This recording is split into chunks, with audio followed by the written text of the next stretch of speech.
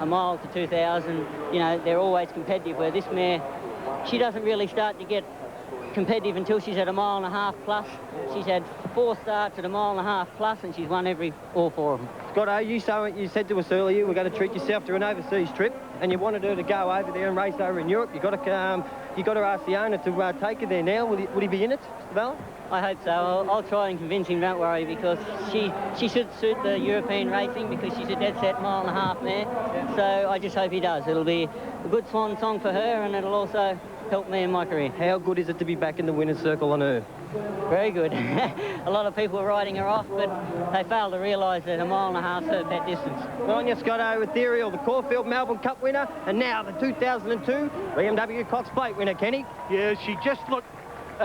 he didn't want Universal Prince to go past him, but he just, as Simon said, he didn't have the turn of foot to stop him, and she is a genuine stayer, Ronnie Dovesey. Well, that's the point. She outstayed him here, and as Scotty said, she's nearly unbeaten at these staying distances. And some of the scenes we're seeing here now, I mean, this was reserved for Octagonal and probably Tie the Knot in years gone by. The thrill and the yell from the crowd here when the photo finish came up on the big screen, and there it was. She'd poked the nose in front. She not only has Sheila Laxon now got a cult following, so has the horse. Yeah, and the thing is, she is the queen of the turf. People remember the Caulfield Melbourne Cups. They were disappointed she'd been beaten a few times this preparation, but it's just, look, you saw what happened after 2,000 metres. Universal Prince went straight past her. But she was there when the whips were cracking and kept coming and coming. As she comes in, you listen to the noise that'll come out of here. People are just thrilled. There's people in the stands. They're standing up. They're clapping. Absolutely thrilled with a wonderful effort from Sheila Laxon. Of course, you've got to have the horse flesh to back her up. And she has it with Ethereal. And Scott Seamer, fair dinkum, he could ride a donkey that has been drenched in oil and it wouldn't slip over, and he'll win a Group 1 race somewhere in Australia.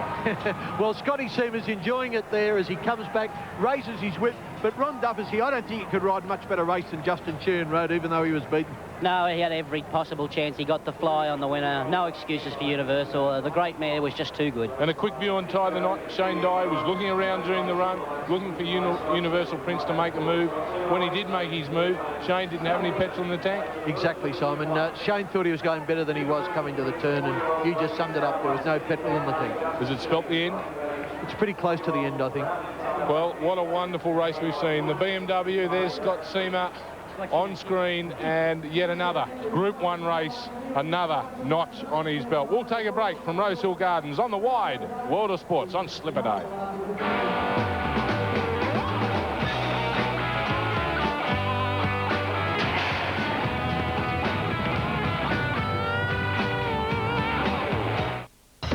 Today's telecast of the Golden Slipper is proudly brought to you by Amy.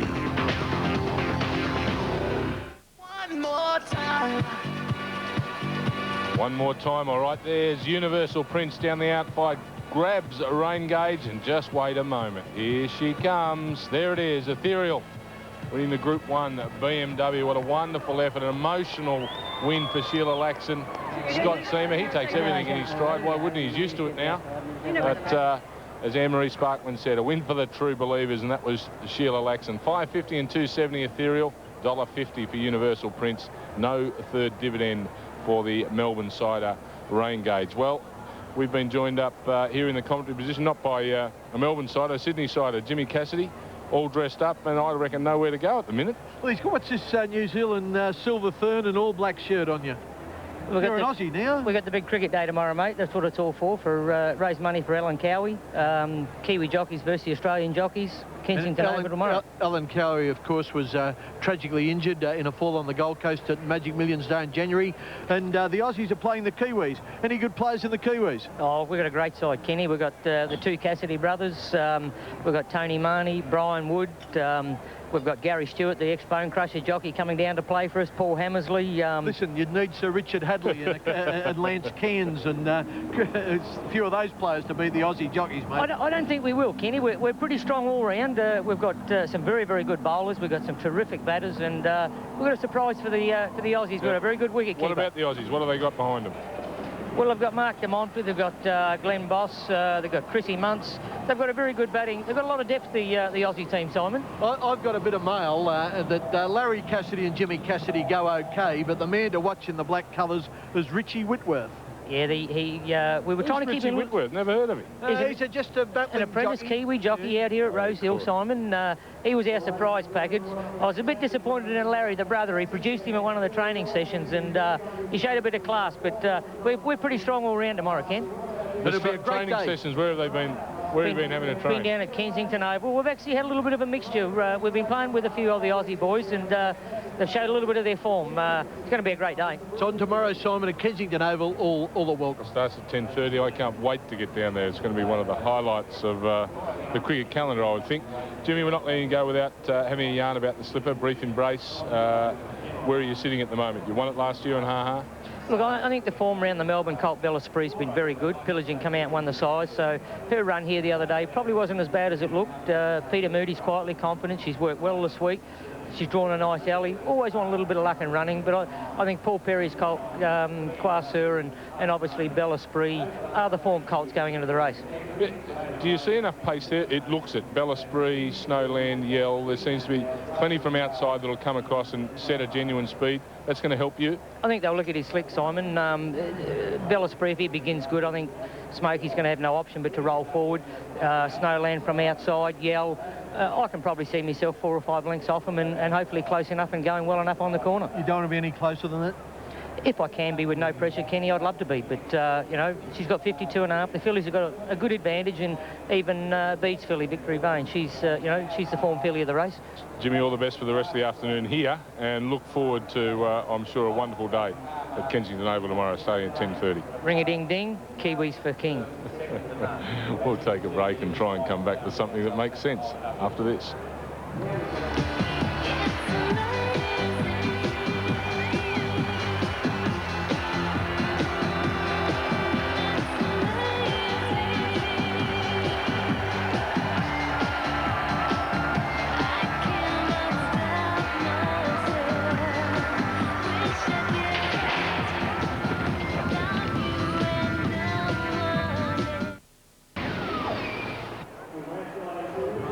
Welcome back to Rosehill on Amy Golden Slipper Day, the celebrity marquee. It's not quite the Academy Awards, but it's pretty close because Alison Cratchley is here, and you're going to tip us the winner of the Golden Slipper. I am, but hi, Fatty. Hi, Stirl. I haven't seen you guys for a while. How you doing? Oh, I'm glad we got that out of the way. What's going to win the big one?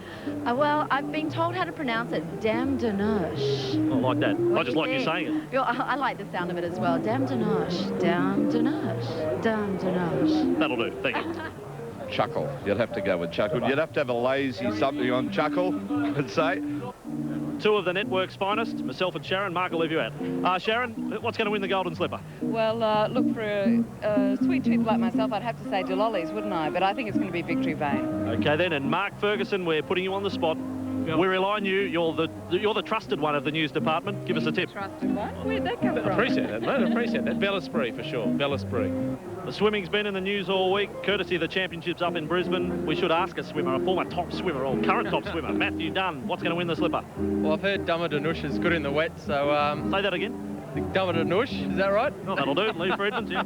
Yeah, I think it's a bit of an outside chance, so I might have a bit of a punt on that. I had a bit of a win on Snowland a couple of weeks back, so I might back that one as well. When you talk of race tipping, you think of Chloe Maxwell. Chloe, the Golden Slipper. What's going to happen? Who's going to win? Well, I'm all for girl power, so I'm going to have to say Bernadette Cooper. Whiskey on Ice. You'll get a very big price too. You'll be a millionaire if that wins. That would be really nice, actually. Good luck, Chloe. Thank you. Yes, many different ways of picking the winner of the Golden Slipper. And talking of the Golden Slipper, let's have a look at Totes, at where they stand just at the minute. About an hour and 8 or 9 minutes to go before the running of the Golden Slipper. Yes, 7.10 for the top one, Bella Spree. Big on the tote, isn't it? 6.80 Chasseur, $10 for Snowland. Planchette at $17, $9.60 for Yell. Italian Adventure, $64. I thought he'd be a lot longer. Victory Vane at $5.80. She's the first of the fillies. Callaway Gull at $11. Over the page we go. 2 for Toon at $12. Brief Embrace, $14. Donna Danush at $21. $9.10 for Chuckle. $66 for Delollies. $54 for Whiskey on Ice, and before too long is $114. I reckon we've done the totes 3 times today, and 3 times you've gone to Italian Adventure and just given a half a sentence after as if $64 isn't enough. Well, I think it cost him about 16 grand to run it in the race, Simon, and like I could think of a lot better things to do with 16 grand than paying up for a horse who's just going to trot round behind them. Well, you just don't believe it's any chance of winning it, do you? None whatsoever. Well, Anne-Marie Sparkman is with someone who thinks the horse can win the Golden Slipper of 2002. Here they are. I'm with Brenda McDonough, who is the owner breeder of Italian Adventure, who is one of the long odds in the Golden Slipper. But Brenda, some people told you were a little bit mad to give the $11,000 for the acceptance fee. Why do you believe in Italian Adventure? It was something I always had believed in, ever since he ran down the main Putty Road near my house at 9:30 at night on a Sunday. And he ran a kilometre. He galloped really fast. We had to chase him in a car. He was only 8 months old, wasn't he? He was a baby, yeah, unshod. And it was really weird because it just really went quite slowly. And I was really calm and had peace. And I just suddenly stopped and looked in that moment of peace and saw how fast he was going, and that the other horse that was running along next to him was really galloping. And I guess I just decided from that moment on to give him every opportunity, and that's why I went to Clary Connors. Did you believe that there was some sort of omen about Italian Adventure, that this was the race? Yes. When he was galloping down that road, it really was Clary Connors and the Golden Slipper that jumped into my mind. So, you know, and he's by a first season sire. He's out of a maiden mare who hadn't done a huge amount. She did win a race, but just at Nowra, so she wasn't sort of spectacular. And a very good friend of mine, who is actually here today, he actually told me when he was 8 months old that this was the ugliest horse on the planet, and that I should sell him for just $4,000, and I'd be great to get the money. But, you know, this week has been fantastic. This little ugly horse, who's now turned out to be a little swan, because he really is very handsome.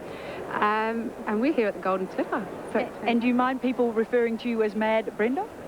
Well, just see what happens after the race. Well, good luck for you in Italian Adventure. Thank you very much, Anne-Marie. Thank you.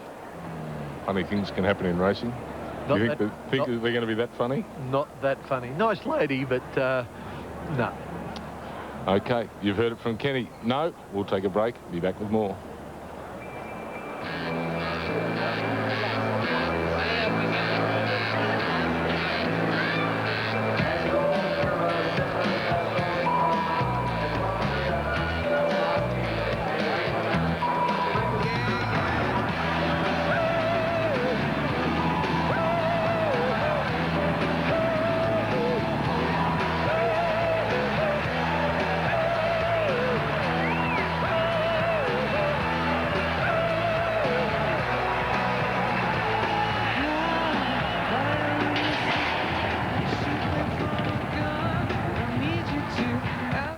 Been for Sheila Laxon, the Melbourne Caulfield Cup double, and now the BMW on that great mare Ethereal. Well, the next race is for the 3-year-old fillies. It's the feature race for the 3-year-old fillies, the Arrowfield Stakes. Let's have a look at the totes. Yeah, this is actually the 24th running of this race. It used to be called the Ansett Australia Stakes. Hosanna at $3.20, Vapor Trail $5, Keys $5.40, 60 Seconds $5.30, $13 Moon Flute, 18 Barrow Wind, 29 Pirouettes, 42 for Puzzle Book. We go over the pace to TAB number 9, which is Floria. Last start, Kemmler winner at $22, $31 for Anytime Angel, Silk Veil at $67, and the bottom one, Capto at $62. Okay, fellas, let's talk through your tips for the Arrowfield Stud Stakes. Kenny? Well, these Kiwis have got me in by telling me how good 60 seconds is how good 60 seconds is. I've looked at tapes of her last 4 runs. She's won 3 of them, was beaten in the New Zealand Derby, but red 3rd, and she looks a heck of a good mare to me. I've tipped her. Yeah, I agree. The coat pullers have got me also. I don't think this is a strong Group 1. I'd be surprised if the winner come outside the top 4. I'll go with 60 seconds.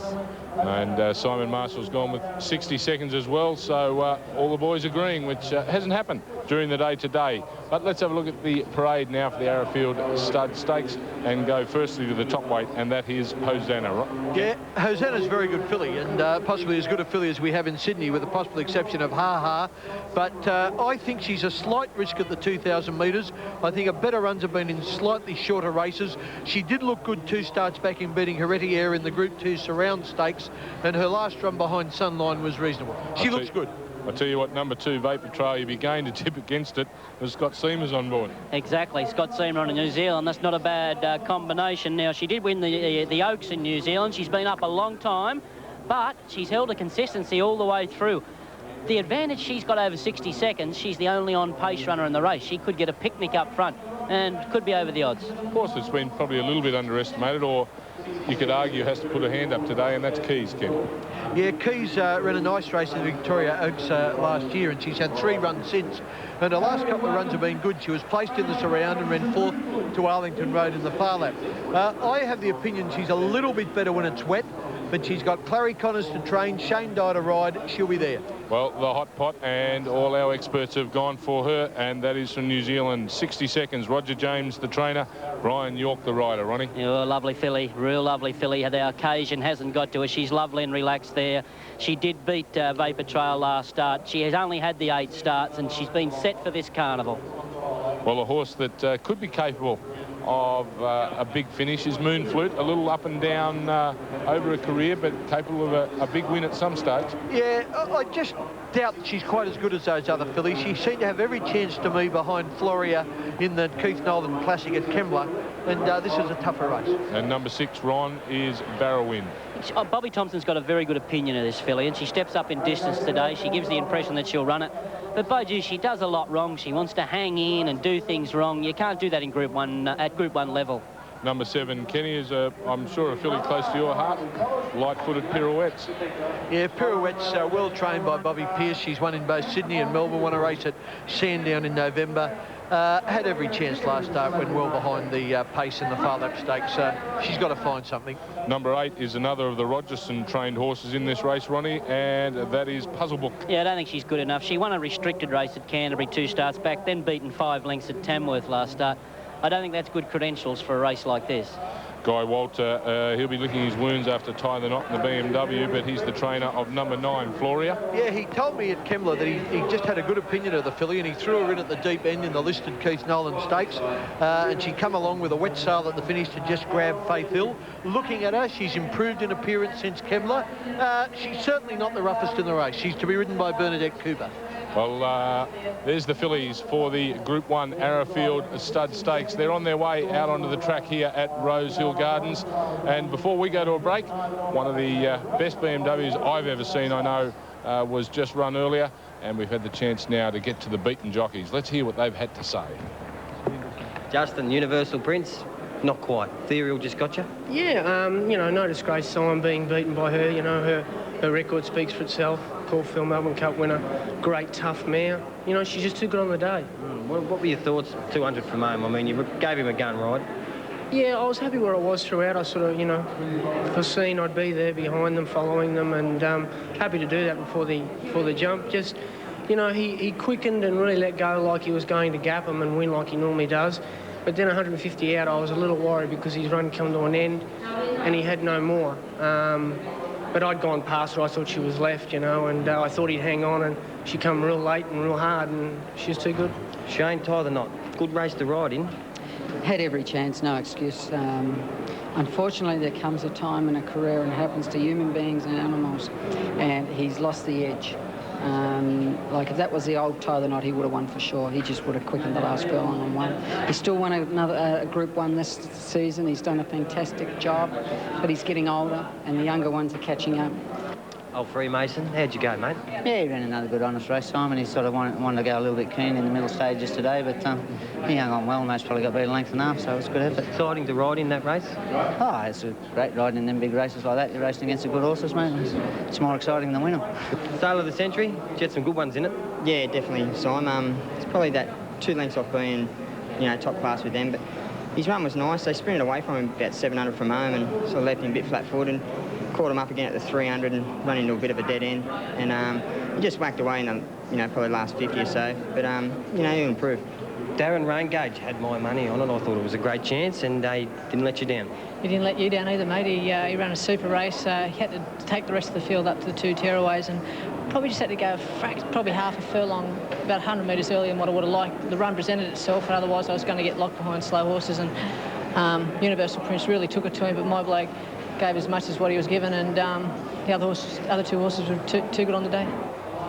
Yes, they certainly were. Darren Beedman, very, very true words. A great win by Ethereal. As we take a break from Rosehill Gardens, he's the trainer of Ethereal, and just how racing can get you going.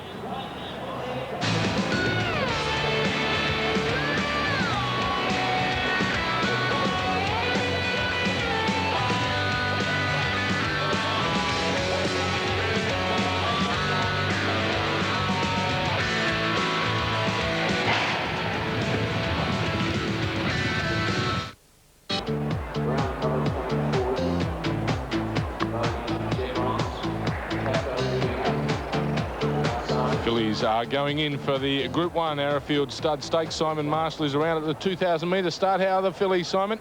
Absolutely sensational. Now, Angelina Jolie was a great type and gone in 60 seconds, and that's exactly what number 4 is, a great type. Probably the pick of the bunch behind the gates.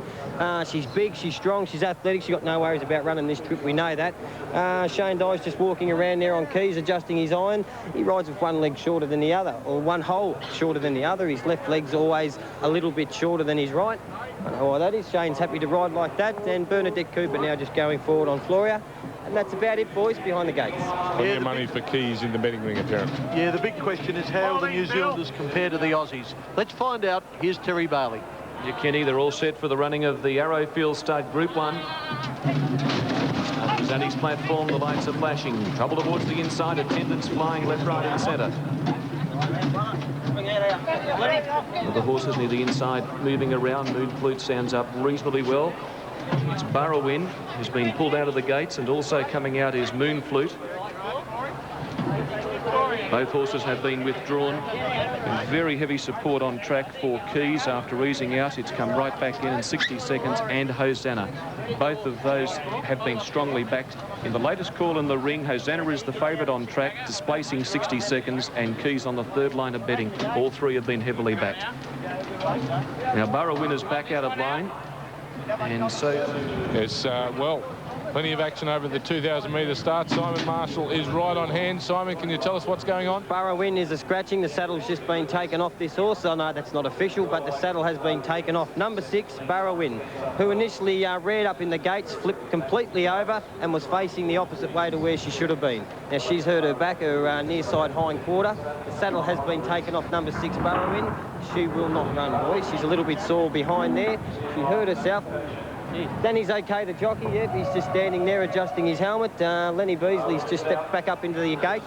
He is the rider of Moon Flute, and Moon Flute has been cleared to run, so she's going to come forward and go back into the gates. But number 6 will be a scratching. Danny Beasley there, locked up in the uprights. Just getting out of the road. That was pretty dangerous. Well, Hosanna and they're all back in. Let's go to Terry Bailey. Moon Flute's back in with Puzzle Book standing well with 60 seconds and Vapor Trail. Gates open, racing. Moon Flute and Pirouette's got the best of the start. Away quickly Capto. Vapor Trail, and also going forward after the start is Puzzle Book.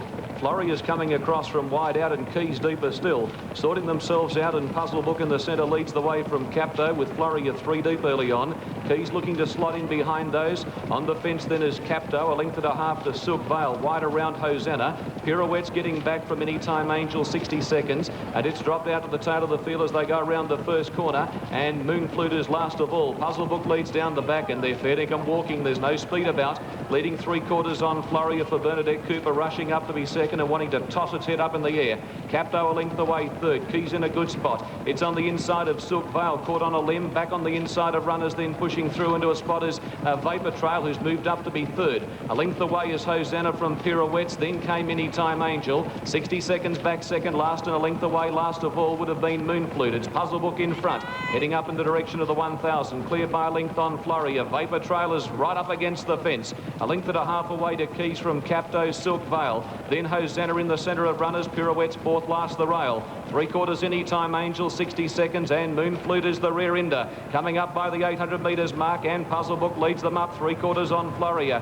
Vapor Trail's had a great run for Seema on the fence, and Die likewise on Keys. A length and a half to 2 lengths away to Silk Vale, Hosanna the centre, and Capto on the rail. They were being followed by Anytime Angel, 60 seconds, a fair way back and in traffic. Pirouette's on the fence, and Moon Flute last as they turn the corner. Floria ranging up on the outside of Puzzle Books, hit the lead. Coming away from the inside, Vapor Trail, but Die dashed up quickly on Keys to put Seema in a pocket. Hosanna's got to the outside in the cerise jacket, and right down the centre of the track running on is Anytime Angel. Floria for Bernadette Cooper giving a sight at the 200. Hosanna's coming after it. Keys in the centre from Vapor Trail, and 60 seconds. She's coming like a rocket. 60 seconds after Hosanna. Hosanna in front, 60 seconds. Lunge, did she get there? I'm not sure. Hosanna or 60 seconds, a tight go. Third a photo between Keys and Vapor Trail. They were being followed by Floria, who ran a great race. Then Capto, Pirouette's Anytime Angel, Moon Flute well back with Silk Vale, and last of all is Puzzle Book, a photo finish.